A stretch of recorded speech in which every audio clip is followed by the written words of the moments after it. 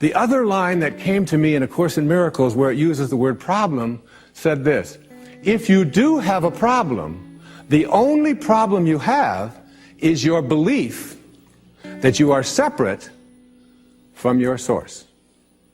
The moment that we took on this idea that we were separate from our source and no longer believed in our own integrity of our own mind, the moment that we took on that,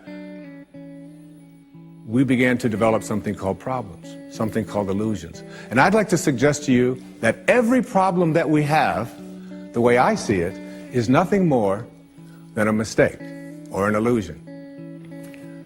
And how do we do something about these mistakes that we have? They are in our minds.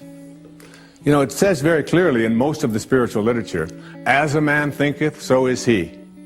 Emerson, one of the people that we revere, who lived right here in Concord, said that the ancestor to every action is a thought.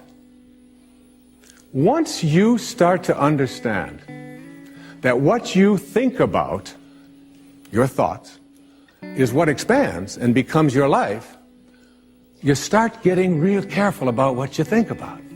Real careful.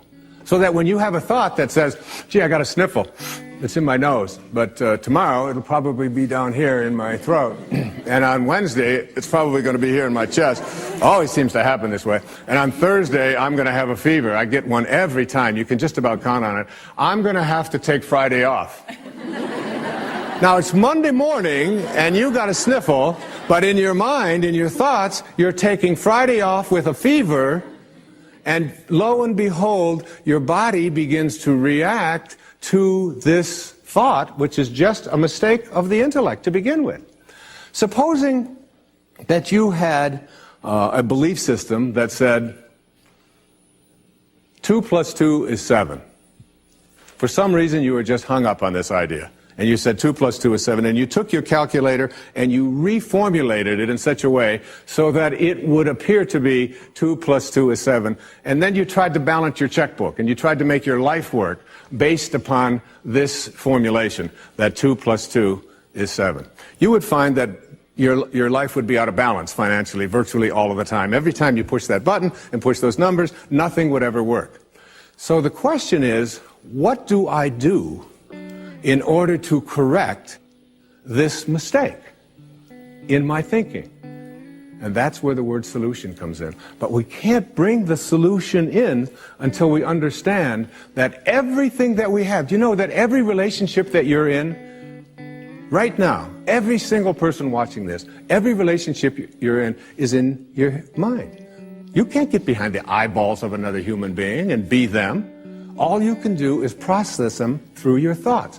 Now, if your thoughts about the person that you love are about what is wrong, about what you don't like, about what they ought to be, about what they used to be, about how they disappoint you, about how bad they talk, about their language, about anything at all, if that's what you're thinking about, what you think about is what expands. More of what you're thinking about will continue to show up in your life, whether you like it or not. It's one of the great ironies. I always tell people that if you understood this concept, the best way to do it is to put it in terms of money. If I had $1 million, and I were to take this $1 million, and I were to give it to you, and I'd say, this purpose of this $1 million is for you to go out to the mall, and every store you come to where you see something that you really like, you're to purchase it.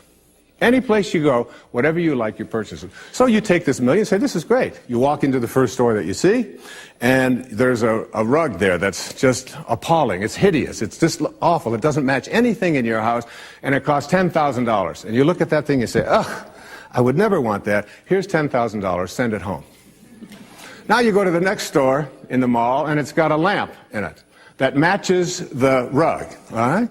And you look at this hideous lamp and you say, that's the worst looking thing I've ever seen. Send 2 of those home, and they cost $5,000 a piece. So far, you've taken your money and you've spent $20,000 of it on what you don't want. And all day long, every time you saw something that you didn't want, you spent your energy, your money, on sending it home. Then you get home and you say to yourself, why is my house filled with all of this stuff that I don't want?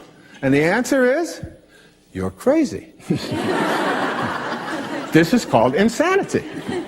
You have energy to spend it on what you do want, yet you continue to use it to purchase what you don't want. And the metaphor here is that your thoughts work exactly the same way. The energy that you have for creating what you want is in your thoughts. And if you want your relationship to be divine and to be perfect and to be beautiful, then you have to begin to think the kinds of thoughts that are going to create that for you. If, on the other hand, you put your thoughts on what the person isn't, what they ought to be, what they used to be, what you think is wrong, you'll see more of that showing up. And it works in everything in your life. Changing your mind, changing your thoughts is how we change the problems, if you will, that we face in our life.